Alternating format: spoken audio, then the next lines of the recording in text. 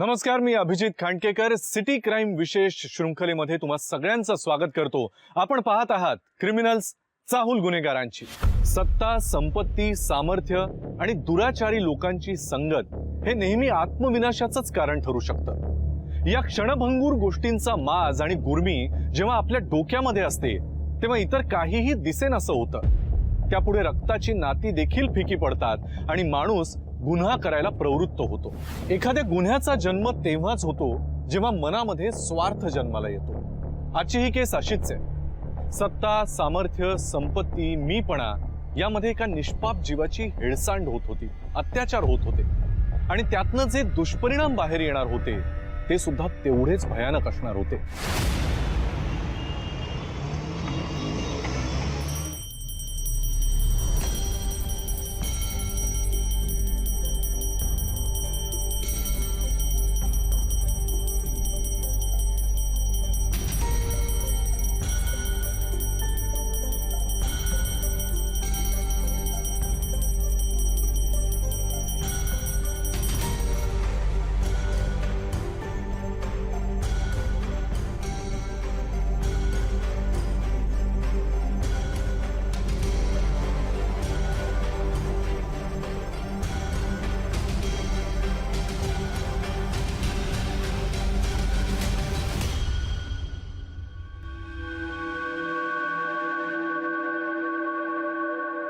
राजकारणातला तोही बरा दिसतोय, येईल लवकरात लवकर। काही काळजी करू नका, आपण त्याची सगळ्यांच्या ग्रहांची शांती करू। सध्या मी एक अंगठी देतो।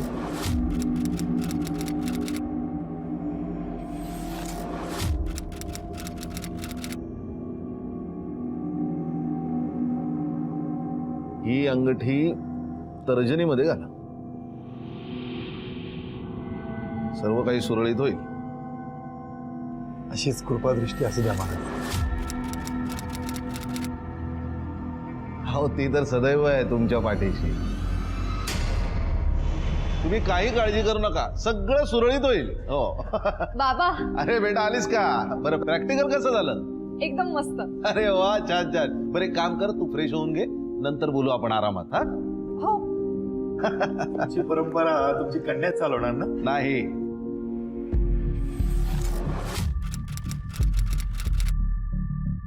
कशाला हवंय मुलींना ज्योतिष, भविष्य उगाच?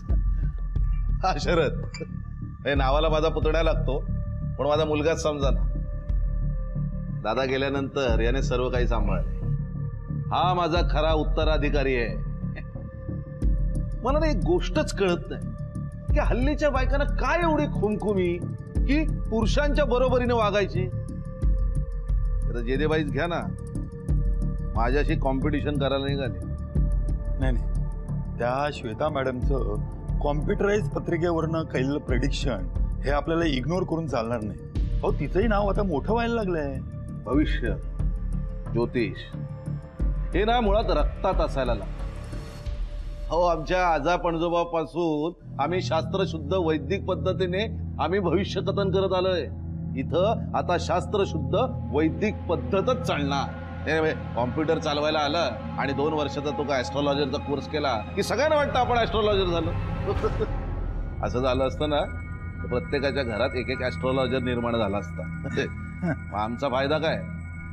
नाही, तुमचं म्हणणं अगदीच योग्य आहे।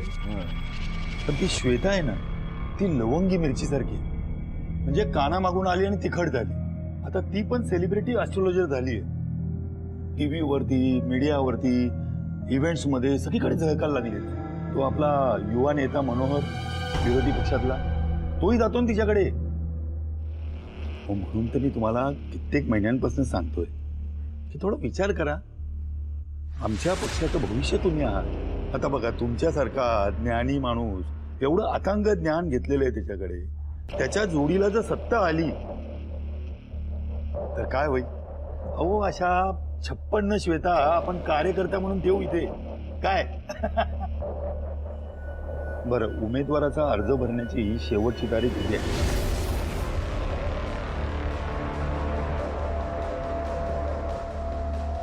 छान आहे।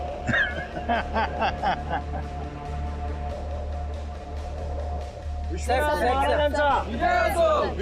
महाराजांचा विश्वनाथ महाराजांचा अरे आवाज कुणाचा? आमच्या लोकसेवा पक्षातून विश्वनाथ महाराजांनी उमेदवारी स्वीकारलेली आहे आणि आमच्या पक्षावर आणि त्याच्या कार्यावरती त्यांनी जो विश्वास दाखवलाय त्याबद्दल आम्ही त्यांना धन्यवाद देतो आणि त्यांची या पुढील राजकीय कारकिर्दीसाठी आम्ही शुभेच्छा देतो. आज इथे आम्ही उमेदवारी अर्ज भरण्यासाठी आलेलो आहोत. चला चला चला श्वेता मॅडम आल्या मॅडम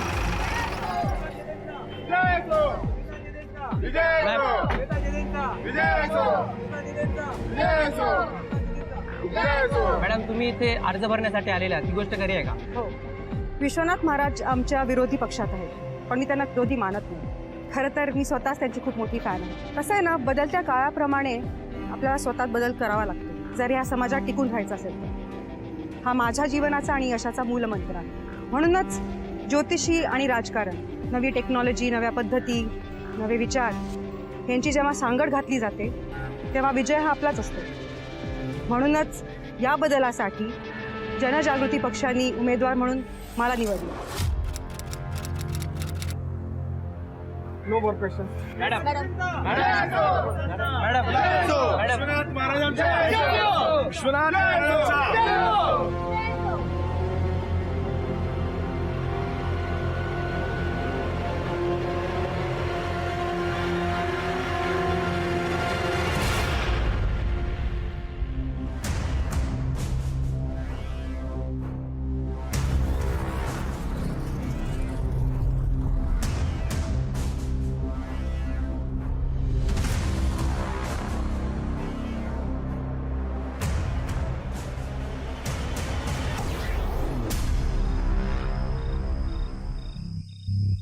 रोहिणी अगं कुठे होतीस तू? अगं मी तुला किती मिस करत होतो यार.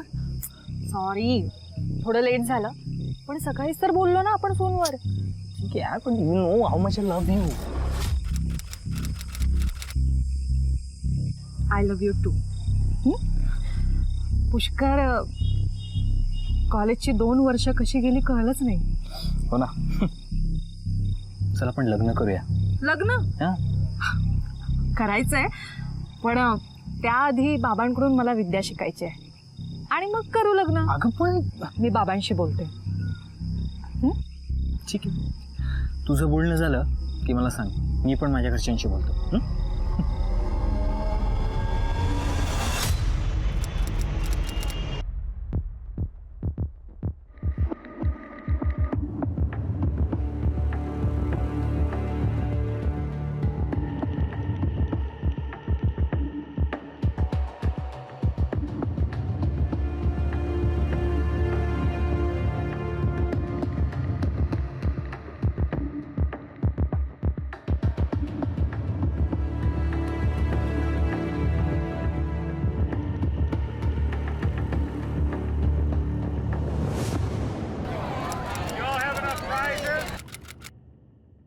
शरद, रोहिणी कुठे आहे?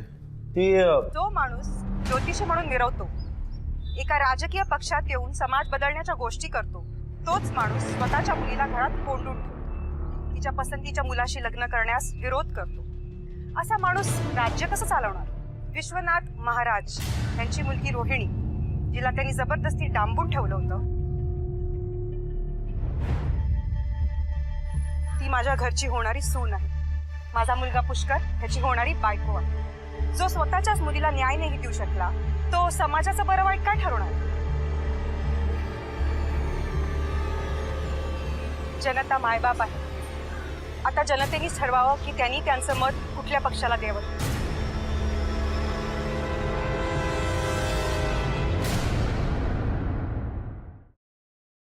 पुष्कर, पुष्कर, तुला कळत नाहीये का? तुझ्या आईने आपल्या प्रेमाचा फायदा उचललाय. सगळ्यांसमोर त्यांनी बाबांचा अपमान केलाय माझ्या.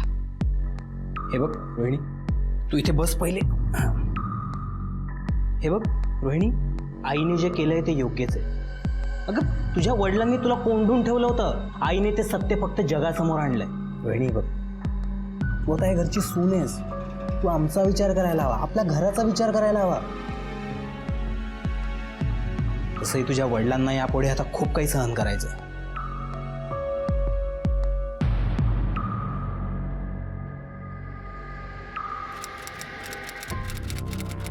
रवी, ए रवी, हा कुठे गेला? शरद, शरद, हो आलो काका. का हो काका? अरे हा रवी कुठे गेलाय? तर काका तुम्हीच तर याला सुट्टीवर पाठवलं, विसरता तुम्ही. अरे हो, विसरलोच होतो. बरं, गाडीची चावी दे, मी ड्राईव्ह करतो. तुम्ही ड्राईव्ह करा, मी येतो ना, मी सोडतो. अरे नको, काही गरज नाही.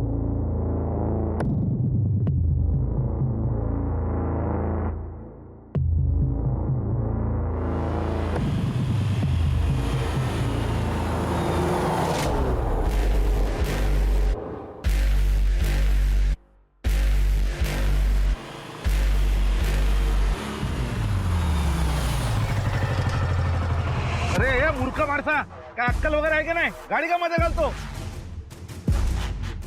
ए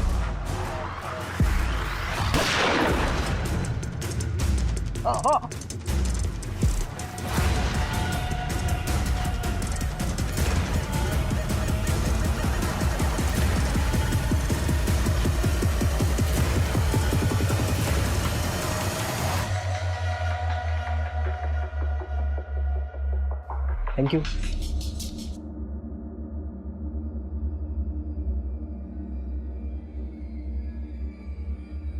आज सकाळी लोकसेवा पक्षाचे नेते आणि सुप्रसिद्ध ज्योतिषी यांच्यावर एका अज्ञात इसमाने गोळीबार केला. त्यामध्ये ते गंभीर जखमी झाले. बाबा, आई मला जायला हवं. बाबांना माझी गरज आहे. अगं रोहिणी, उद्या इलेक्शन आहे, तुला समजत कसं नाहीये? हे बघ, उद्याचा एक दिवस थांब, मग जा ना तुझ्या बाबांना भेटायला. तसं त्यांना काही झालं नाहीये. काहीच झालं नाही म्हणजे? काही व्हायला हवं होतं का?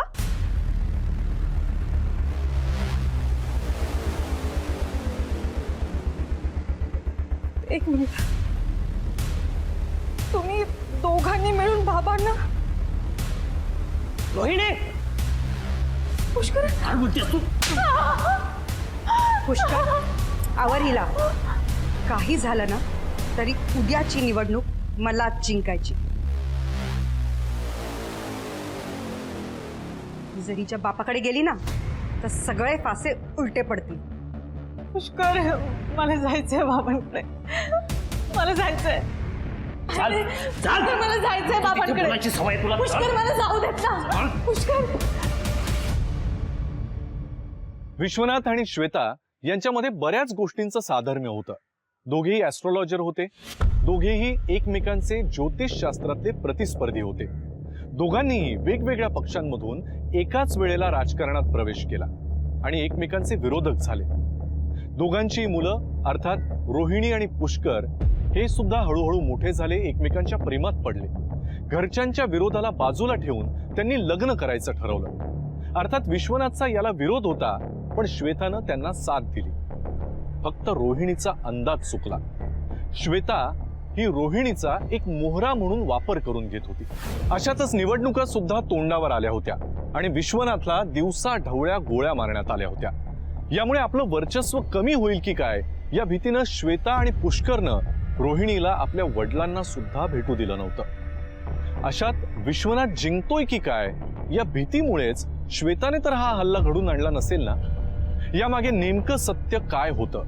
पोलीस या सगळ्याचा कसा तपास करणार होते? चला पाहूया. तुम्हाला प्रश्न विचारून जास्त त्रास देणार नाही. मला एवढं सांगा, तुम्ही त्याचा चेहरा पाहिलात? नाही, हेल्मेट घातला होता त्याने. तुम्हाला कोणावर संशय? आजच्या घडीला माझा शत्रू अपोजिट पार्टीची ते पाहिजे.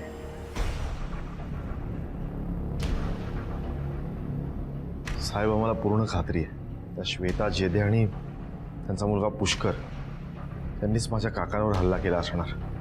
या निवडणुका आहेत आणि आत्तापर्यंत त्यांना खूप कमी देखण्याचा प्रयत्न करण्यात आला आहे. अगदी त्यांच्या मुलीचा त्यांच्या राजकीय फायद्यासाठी खूप वापर करून घेतला. मला खात्री आहे साहेब, त्यांनीच हा हल्ला करावला असणार. ठीक आहे, नायकोडी, या श्वेता मॅडम आणि त्यांचा मुलगा पुष्कर, या दोघांचे कॉल डिटेल्स काढा. Okay sir. ठीक आहे, आम्ही चौकशी करतो. या मॅडम कोण? मी अनुराधा, विश्वनाथची धाकटी बहीण.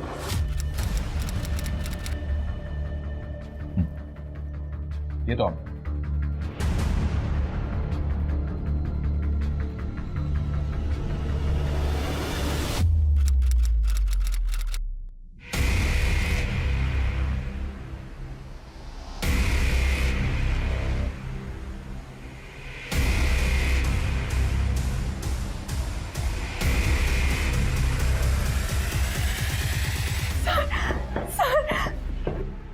महाडिक मॅडम, बसा. मला वाचवा सर, थांब. मला या, पाणी वाचवा. द्या. पाणी द्या.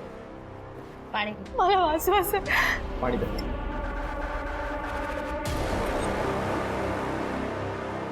मॅडम, मला शांतपणे सांगा, काय झालं? गेल्या 1 महिन्यापासून माझ्या नवऱ्याने आणि सासूने मला घरात बांधून ठेवलं होतं. तुमचं नाव काय मॅडम? रोहिणी पुष्कर जेदे. पुष्कर जेधे म्हणजे तुम्ही त्या पॉलिटिशियन श्वेता जेधे यांची सून आणि विश्वनाथ महाराजांची मुलगी? हो सर. मॅडम, काय झालं सविस्तर सांग. बाबांच्या विरोधात जाऊन मी पुष्करशी पळून जाऊन लग्न केलं. आमचं सगळं काही ठीक चाललं होतं, पण जसं जसं आईच्या आणि बाबांच्या पक्षात भांडणं होत गेली तसं आमच्यातही भांडण होत गेलं. मला खूप त्रास द्यायला लागले, कट रचायला लागले. सर, बाबांविरुद्ध कट रचताना मी स्वतः ऐकलं होतं आणि बाबांवर जीव घेणं हल्ला झाला तेव्हा मला त्यांना भेटायला जायचं होतं, परंतु त्यांनी नाही सोडलं मला. पण त्या रात्री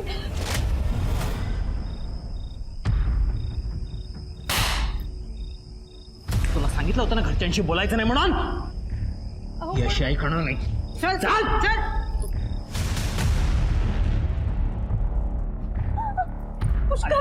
पुष्कर प्लीज माझा ऐक. पुष्कर,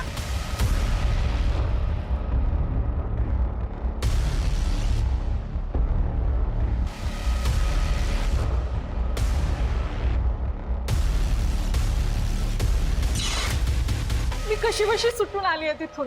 बाबांवर झालेला जीव घेणा हल्ला त्या दोघांनीच करवला असणार. ठीक आहे मॅडम, काळजी करू नये. माडिक मॅडम, त्यांची रीतसर तक्रार नोंदवून घ्या. Okay sir. या. सर, काळजी करू नये. नायकोडी, या जेधे मॅडम आणि त्याच्या मुलाला घेऊ. Okay sir. आधी विश्वनाथ महाराजांवर खुनी हल्ला आणि आता डोमेस्टिक व्हायलन्स. हे बघा इन्स्पेक्टर, मी तुम्हाला आधीच सांगितलं, विश्वनाथ महाराजांवरती झालेल्या हल्ल्याशी आमचा काही एक संबंध नाही. तुम्हाला तुमचा गुन्हेगार मिळत नाहीये म्हणून तुम्ही आम्हाला आरोपी धरू शकत नाही. पुरावा दाखवा आणि मग बोला. आणि जिथे आमच्या सुनेचा प्रश्न आहे तर मी तुम्हाला सांगू इच्छिते, ती अचानक घरातून गायब झाली आहे. आम्ही तिला शोधायलाच निघालो होतो, तेवढ्यात तुम्ही आमच्याकडे आलात. मॅडम, तुमच्या सुनेने पुष्कर राव आणि तुमच्या विरुद्ध आमच्याकडे तक्रार केली. अहो, खोटं बोलते ती, साफ खोटं बोलते. हो, आम्ही तिला काही केलेलं नाहीये. उलट तिलाच तिच्या वडिलांकडे जायचं होतं. मला तर वाटतंय तिने आणि तिच्या बापाने, तिच्या ढोंगी बापाने मिळून हे कारस्थान रचलंय आमच्या विरुद्ध. असं ती का करेल पुष्करराव? रक्ताला रक्ताचीच ओढ लागते इन्स्पेक्टर. रोहिणी खरं बोलतेय ह्याचा काय पुरावा आहे? मी तर म्हणते विश्वनाथ महाराजांवरती हल्ला झाला ह्याचा तरी काय पुरावा आहे? कदाचित त्यांनी स्वतःवरच हल्ला करून घेतला असेल.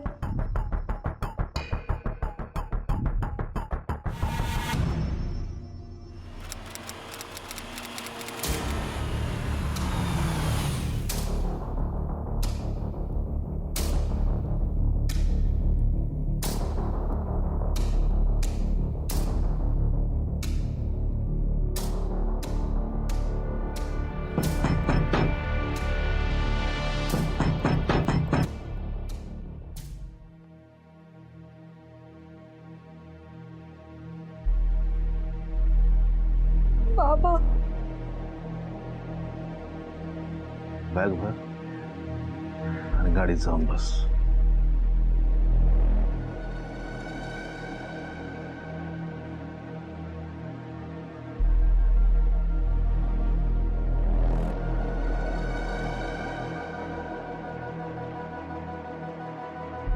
बाबा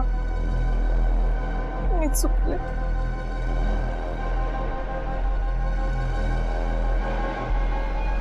होईल सगळं ठीक. चल.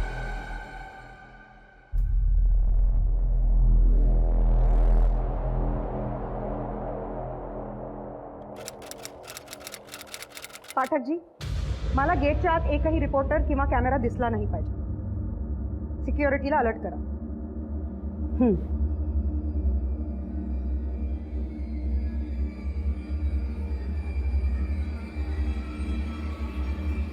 काय झालं? काय झालं?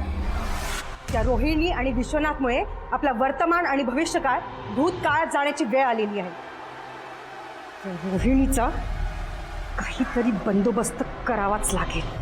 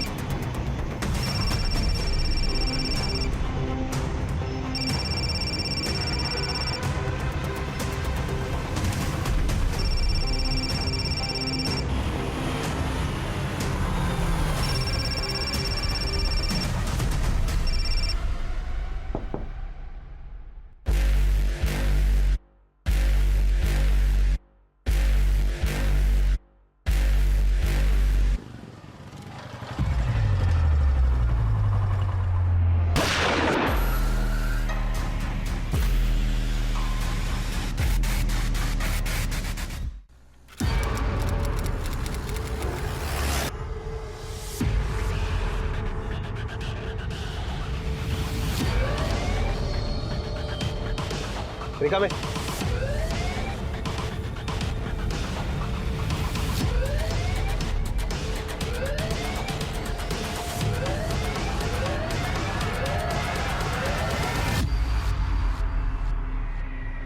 संपत्ती, सत्ता, सामर्थ्य या सगळ्या डावपेचांमध्ये रोहिणीचा बळी गेला होता.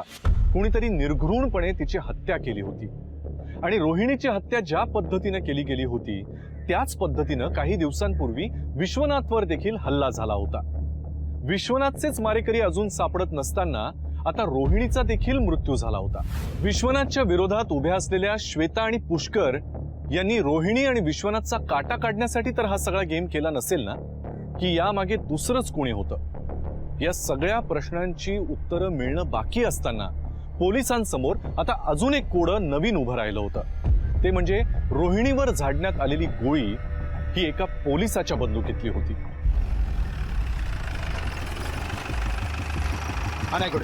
सर या. सर बघ. पॉइंट ब्लँक रेंजवरून मारलंय. हो सर. सर आणि बुलेट शेल मिळाली. ही बुलेट शेल तर पोलिसांच्या गनमधली आहे. हो सर. अजून काय मिळाले? सर मोबाईल मिळाला. ठीक आहे, दोन्ही गोष्टी ताब्यात घ्या. रिकामे सर, अजून काय सापडतंय का बघा. नाही सर. नायकोडी, पोलिसांच्या गनमधून फायर झाले. या प्रकरणाला वेगळं वळण मिळेल. मीडियाला जरा लांबच ठेवा. Okay sir. सर महत्त्वाचं म्हणजे गाडीचा AC चालू आहे. सगळ्या काचा बंद आहेत, फक्त रोहिणीच्या बाजूची काच उघडी आहे. तेव्हा आजूबाजूला चौकशी केली तेव्हा लोकांनी सांगितलं की एक गरीब मुलगी रोहिणीच्या गाडीच्या काचेवरती सारखा हात मारत होती आणि म्हणून रोहिणीने तिच्या गाडीची काच खाली केली. कदाचित ती मुलगी त्या हल्लेखोराला सामील असेल. नायकोडी, मागच्या सिग्नलवर CCTV असेल तर चेक करा. ते फुटेजच बघा, काय माहिती मिळते का बघा. Okay sir.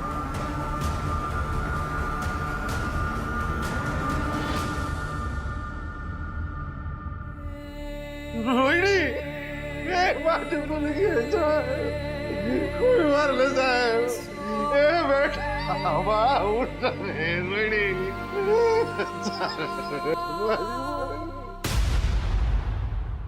रोहिणीचा खून का केला? मी खरं सांगतोय सर, मी नाही मारलंय तिला. रोहिणीचा खून जिथे झाला तुझ्या मोबाईलचं लोकेशन तेच होतं. खरं सांग. मान्य आहे की मी त्या दिवशी तिकडे होतो, पण मी तिला मारलं नाही साहेब. मी तिच्या मागे गेलो होतो कारण मला आमच्यातला वाद मिटवायचा होता. मला तिच्याशी भेटून बोलायचं होतं आणि ती केस कोर्टात उभी होण्याआधीच संपवायची होती म्हणून तिला संपवलंस काय? नाही सर. सर, जेव्हा तिची गाडी थांबली तेव्हा मी थोडा मागे होतो आणि मी माझ्या गाडीतून उतरून तिच्या गाडीकडे जेव्हा जायला निघालो, बाईकवाला आला आणि त्याने खिडकीतून तिच्यावर गोळी झाडली. मी खूप घाबरलो म्हणून मी तिथून निघून गेलो सर. मूर्खा समजतोस आम्हाला? मूर्खा समजतोस? डोमेस्टिक व्हायलन्सची केस चालू आहे तुझ्यावर. विश्वनाथ महाराज आणि तुझ्या आईमध्ये जे वाद होते, जे मतभेद होते, त्याचा राग तू तुझ्या बायकोवर काढलास आणि खून केलास तिचा. मी खरं सांगतोय सर. मी घरी तिच्यावर हात उचलला असेल, पण तिचा खून नाही केलाय साहेब. या केस मध्ये तू प्राईम सस्पेक्ट आहेस. शहर सोडून कुठेही जायचं नाही कळलं तुला? आता सोडतोय. हे का बे? रीतसर जबानी लिहून घ्यायची. चल चल.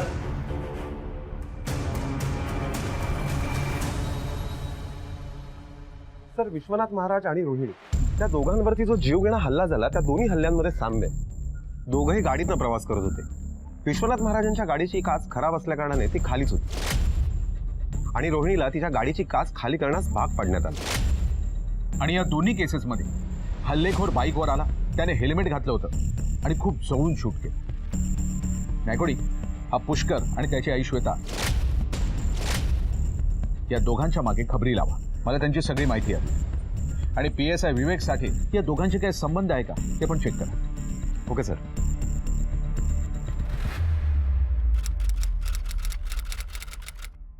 सर, विवेक साठे ज्या पोलीस स्टेशनमध्ये काम करतो त्या पोलीस स्टेशनमध्ये चौकशी केल्यावर कळलं की त्याची गन त्याच्या ड्रॉवरमधनं गायब झाली होती आणि कालच परत त्याच्या ड्रॉवरमध्ये सापडली. काय? हो सर. त्या पोलीस स्टेशनमध्ये काम करणारा एक नॉन युनिफॉर्म स्टाफ आपल्याला भेटायला आला.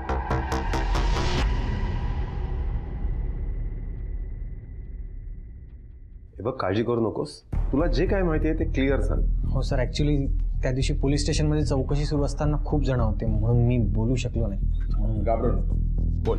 सर, विवेक सरना खूप पैसे खातात, लाच घेतात सर. त्या दिवशी बघा ना, त्यांची गन चोरीला गेली, पण हे सगळं नाटकही असू शकतं ना सर. म्हणजे काहीतरी कांड झालं आणि गन पुन्हा त्याच जागी नेऊन ठेवली, असंही असू शकतं ना. ठीक आहे, आम्ही चौकशी करतो. जातो आता. सर, पण माझं नाव. घाबरू नको, तुझं नाव नाही घेणार. या येतो.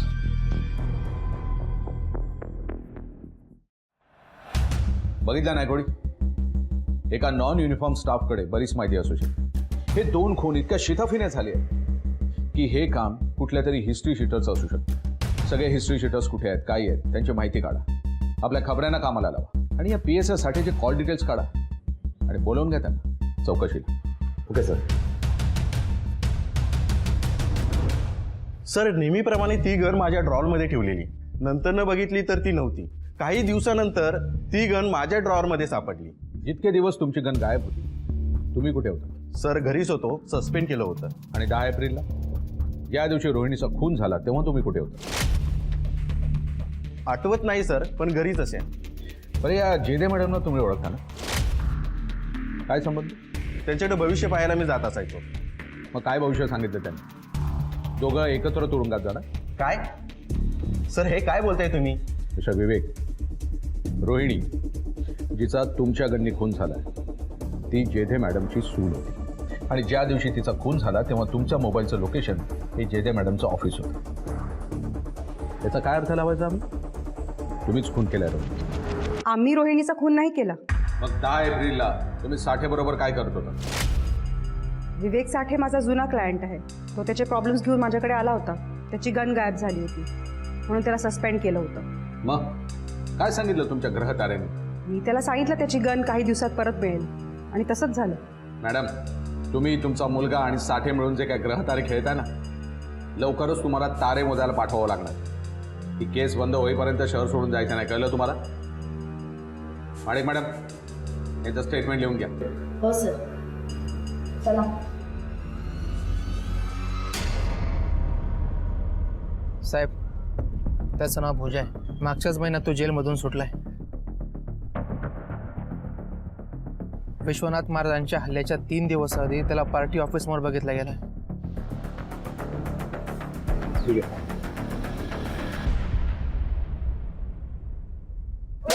हात खाली कर.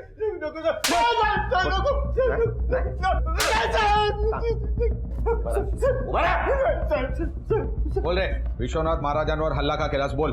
साहेब मी काय नाही केलं साहेब, मी काय नाही केलं साहेब. तुझे कॉल डिटेल्स आहेत आमच्याकडे. खरं खरं सांग. बोल. अहो साहेब मी खरं सांगतोय, मी खरंच काय नाही केलं साहेब.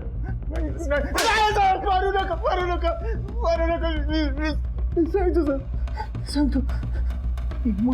मला सुपारी दिली होती साहेब. कोणी दिली होती?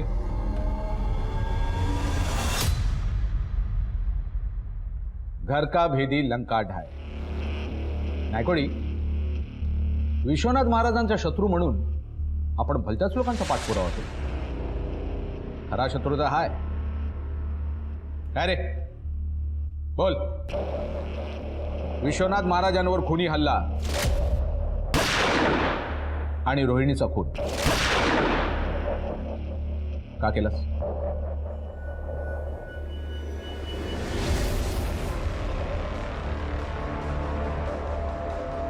साहेब काकांना मारायची मी फक्त सुपारी दिली होती. त्यांना मारण्यासाठी नाही, फक्त जखमी करण्यासाठी. त्यांच्या गाडीची काच पण खराब मीच केली होती, म्हणजे ती उघडी राहील. आणि त्याचा ड्रायव्हर कुठल्या दिवशी सुट्टीवर आहे हे पण मला माहिती होतं, म्हणून त्याच दिवशी मी त्यांच्यावर हल्ला करायला सांगितला. का? कारण साहेब त्यांचा पराभव होताना दिसत होता मला. त्यांचं सत्तेतलं स्थान डळमळीत होताना स्पष्ट दिसत होतं.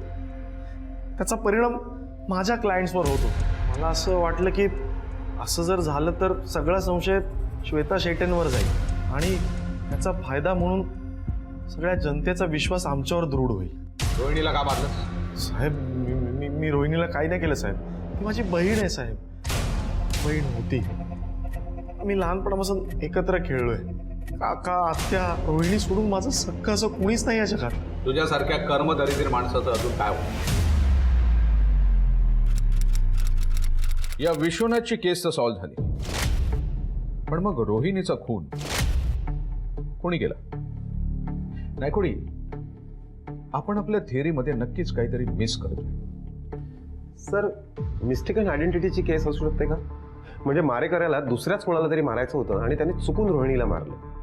नाही नायकोडी, हे प्रॉपर प्लॅनिंगने केलं. त्या भिकारे मुलीचं गाडीजवळ येणं, तिने काच खाली करायला भाग पाडणं आणि अगदी जवळून बरोबर डोक्यात शूट करणं.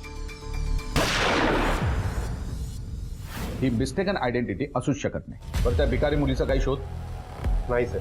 नायकोडी, तुम्हाला आठवतं विश्वनाथला जेव्हा गोळी लागली तेव्हा हॉस्पिटलमध्ये त्याची बहीण अनुराधा होती आणि शरदने बोलताना अनुराधाचं नाव घेतलं की त्याचं या जगात आत्या, काका आणि रोहिणी सोडल्यास अजून कोणीच नाही. सर, पण त्याचा काय संबंध? ही अनुराधा राहते कुठे? सर, चाहूरगाव. इतक्या लांब? म्हणजे हा विश्वनाथ औरंगाबादेत बंगल्यात राहतो आणि त्याची बहीण इतक्या लांब चाहूरगाव. असं का? मग कुठे जाणार साहेब?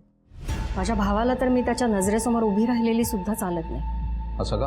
कारण मी एका गरिबा घरच्या मुलाबरोबर पळून जाऊन लग्न केलं आणि तेव्हापासून माझ्या दोन्ही भावांनी माझ्याशी संबंध तोडले. वडिलोपार्जित प्रॉपर्टीमधून सुद्धा मला बेदखल केलं. पण लग्नानंतर 5 वर्षानंतर माझ्या मिस्टरांना हार्ट अटॅक आला आणि त्यात ते गेले.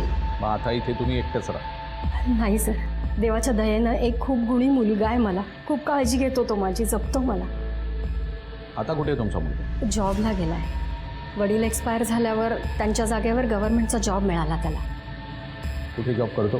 पीरवाडी पोलीस स्टेशनमध्ये ऑफिस ॲडमिन आहे. तुला काय वाटलं आम्ही तुझ्यापर्यंत पोहोचू शकणार नाही? काही केलं तरी विवेक साठे अडकेल म्हणून तू त्याची कंप्लेंट घेऊन आमच्याकडे आला होतास, बरोबर? पण कसं आहे ना, कोंबडा कितीही झाकून ठेवला तरी तो आरवायचा थांबत नाही. तसंच गुन्हेगाराने कितीही मोठा गुन्हा केला तरी तो बाहेर येण्यापासून थांबत नाही. आता खरं काय ते सांग, का आणि कसं केलंस? विश्वनाथ मामाला जेव्हा गोळी लागली तेव्हा माझी आई दिवस रात्र तिच्या सेवेत होती. ती हॉस्पिटलमध्येच होती सर. आणि त्या बदल्यात तो माणूस माझ्या आईला काय म्हणतो की तुझे किती पैसे झाले ते तू सांग, मी तुला देईल. पद्धत आहे बोलायची. आणि हे सगळं का तर तिने एका गरीब माणसासोबत पळून जाऊन लग्न केलं म्हणून. लग्न तर त्यांच्याही मुलीने पळून जाऊन केलं ना, मग तिला का नाही म्हणतं? तिला बरोबर माफ केलं, माझ्या आईला का नाही माफ केलं त्यांनी? हो, तिला तर प्रॉपर्टीमधनं सुद्धा बेदखल करून टाकलं. हो, आम्ही आमचे दिवस कसे गरिबीत काढले नाही आम्हाला माहिती आहे, त्यांना नाही.